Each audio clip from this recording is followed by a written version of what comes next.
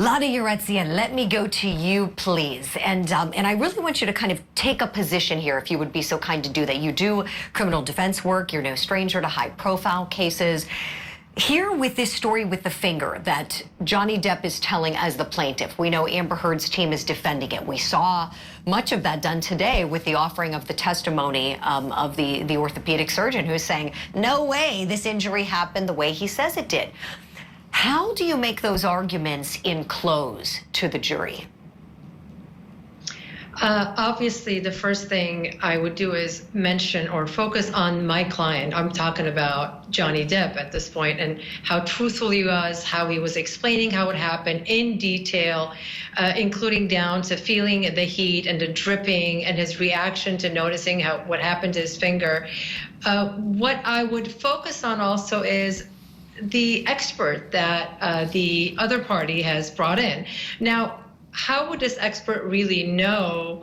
I understand that he's had surgeries and he's seen, individuals who have had injuries or similar injuries in similar situations, but each one is different, right?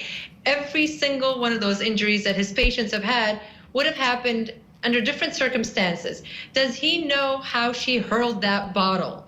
Does he know specifically or exactly what position his finger was in? Yes, he describes it, but again, there's slight movements could make a difference. So the idea that he was testifying as a know-it-all, oh, this could not have happened. There would have been pieces of glass in his on his body somewhere else. We would have found it. None of that, I think, is very strong or credible, and his jury is going to be able to cut through it. And in closing, I would say he wasn't in the best position to give this particular opinion. A doctor who had maybe seen the finger at the point on that day, operated on it, maybe would have been in a better position. But again, he's not in a good position to be able to give this type of opinion. She practices criminal defense work in Los Angeles, attorney Lara Yeretsian.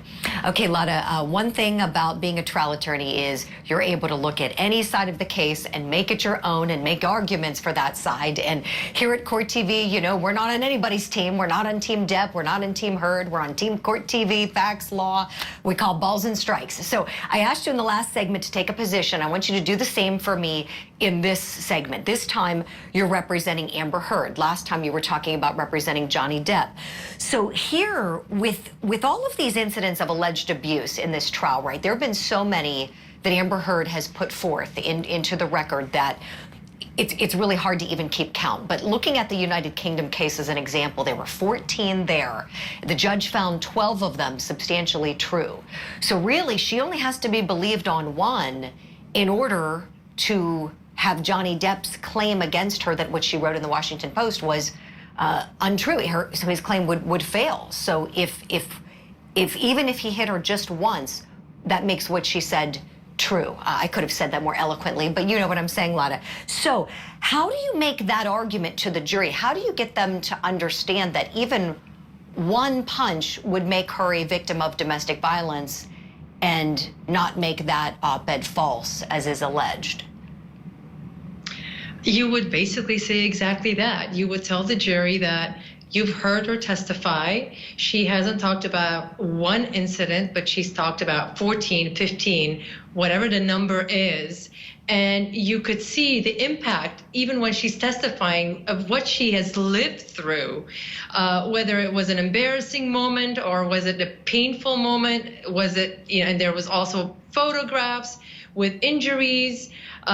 Even if you don't believe or you think that maybe she was an instigator on one of these incidents or two of these incidents or even 10 of these incidents, if there was one incident where you believe that she was not the instigator and she was on the receiving end, and Mr. Depp, whether it be a push, a slap, a pulling of the hair, spitting, whatever it may be, it could be something small. If he did anything that could be described or seen under the law as domestic violence, then she has to win. That's all it takes. One push, one slap. That's it. That's all they need to believe. And the burden is very low. It's much lower than what attorneys like you are used to working with. You're used to beyond a reasonable doubt. A lot of the highest burden the law allows in criminal court. Here, another reminder, we're in civil court, so the threshold is much lower.